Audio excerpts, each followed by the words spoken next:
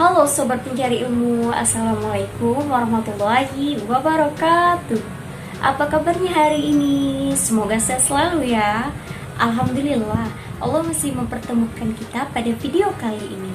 Baiklah, saya di sini akan membahas mengenai pelaksanaan bimbingan dan konseling di sekolah dasar. Untuk lebih jelasnya lagi, mari kita simak sama-sama video berikut ini. Apa itu bimbingan dan konseling di sekolah dasar?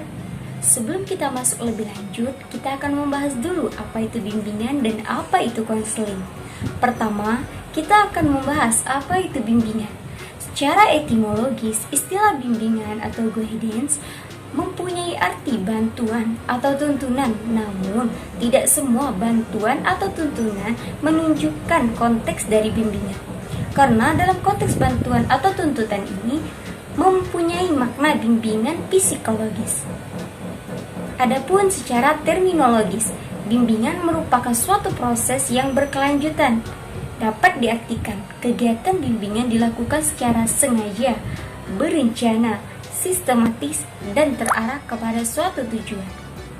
Dan menurut Mas Surya, bimbingan ialah suatu proses pemberian bantuan yang terus-menerus dan sistematis dari pembimbing kepada yang dibimbing agar tercapai kemandirian dalam pemahaman diri dan perwujudan dirinya, dalam mencapai tingkatan perkembangan yang optimal dan penyesuaian diri dengan lingkungannya.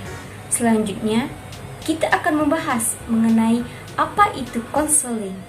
Kata konseling secara etimologis merupakan upaya membantu individu melalui proses interaksi yang bersifat pribadi antara konselor dan konseli agar konseli mampu memahami diri dan lingkungannya, mampu membuat keputusan dan menentukan tujuan berdasarkan nilai yang diyakininya, sehingga konseli merasa bahagia dan efektif perilakunya. Adapun secara terminologis, menurut Ahmad Cundika Nurisan, konseling adalah hubungan tatap muka yang bersifat rahasia, penuh dengan sikap penerimaan dan pemberian kesempatan dari konselor kepada klien. Konselor sendiri mempergunakan pengetahuan dan keterampilannya untuk membantu klien dalam mengatasi masalah-masalahnya.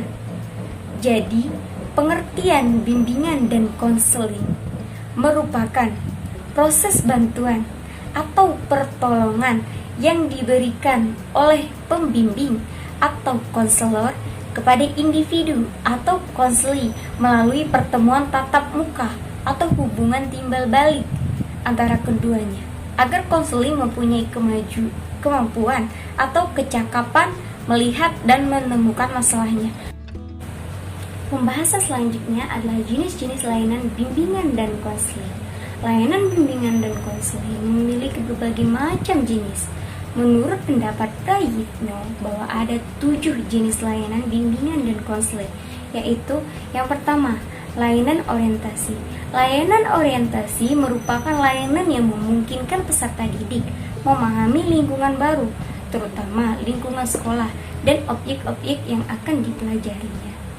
Untuk mempermudah dan memperlancar berperannya peserta didik di lingkungan yang baru itu, sekurang-kurangnya diberikan 2 kali dalam 1 tahun, yaitu pada setiap awal semester. Yang kedua, layanan informasi. Layanan informasi adalah layanan yang memungkinkan peserta didik menerima dan memahami berbagai informasi seperti informasi diri, sosial, belajar, pergaulan, karir, dan pendidikan lanjutan.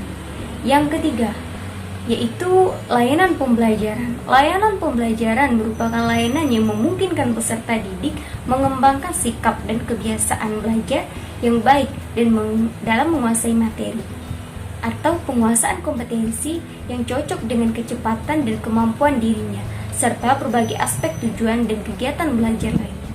Yang keempat, yaitu layanan penempatan dan penyaluran. Layanan penempatan dan penyaluran merupakan layanan yang memungkinkan peserta didik memperoleh penempatan atau penyaluran di dalam kelas, kelompok belajar, jurusan atau program studi, program latihan magang, kegiatan kokurikuler atau ekstrakurikuler sesuai dengan potensi, bakat, minat, serta kondisi pribadinya. Yang kelima, yaitu layanan penguasaan konten. Layanan penguasaan konten merupakan layanan yang membantu peserta didik menguasai konten tertentu, terutama kompetensi dan kebiasaan yang berguna dalam kehidupan di sekolah, keluarga, dan masyarakat. Dan yang keenam, ada layanan konseling perorangan. Layanan konseling perorangan merupakan layanan yang memungkinkan peserta didik mendapatkan layanan langsung, yaitu layanan tatap muka secara perorangan dengan guru pembimbing untuk membahas dan mengetaskan permasalahan yang dihadapinya dan perkembangan dirinya. Yang ketujuh, ada layanan bimbingan kelompok, yaitu layanan bimbingan kelompok merupakan layanan yang memungkinkan sejumlah peserta didik secara bersama-sama melalui dinamika kelompok memperoleh bahan dan membahas pokok bahasan, yaitu topik tertentu untuk menunjang pemahaman dan pengembangan kemampuan sosial, baik secara individu maupun sebagai pelajar, kegiatan belajar, karir atau jabatan, serta untuk mengambil keputusan atau tindakan tertentu melalui dinamika kelompok. Selanjutnya, kita akan membahas mengenai asas-asas bimbingan dan konseling. Asas-asas bimbingan dan konseling. Yang pertama, yaitu kerahasiaan.